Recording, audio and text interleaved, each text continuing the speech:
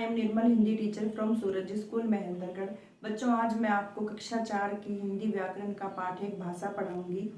प्राचीन काल में जब भाषा नहीं था, तब मनुष्य संकेतों के द्वारा अपनी बात दूसरों तक पहुंचाता था। धीरे धीरे वह अपने विचारों को प्रकट करने के लिए पत्थरों, चट्टानों और कुछ संकेतों पर चिन्ह बनाने आरंभ कर दिए।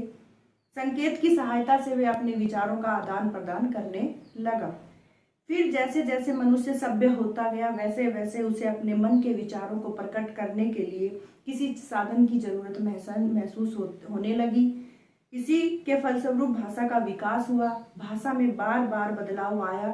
अनेक वर्षों तक भाषा का एक निश्चित रूप नहीं था, बाद में एक निश्चित रूप बन गया। आज के समाज में भाषा का विशेष महत्व है।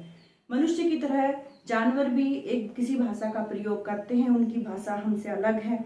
वे भी अपने मन के भावों को प्रकट करते हैं, लेकिन हमारी भाषा उनसे अलग है। वे विभिन्न आवाज़ों, संकेतों से अपनी भावनाएं प्रकट करते हैं। मनुष्य ही केवल एक ऐसा प्राणी है जो अपनी भाषा के माध्यम से अपने विचारों के आदान प्रदान करता है। भाषा की परिभाषा: भाषा वह साधन है जिसके द्वारा हम अपने मन के विचार दूसरों तक पहुंचाते हैं और दूसरों के विचारों को ग्रहण करते हैं। भाषा के दो भेद होते हैं, मौखिक भाषा और लिखित भाषा।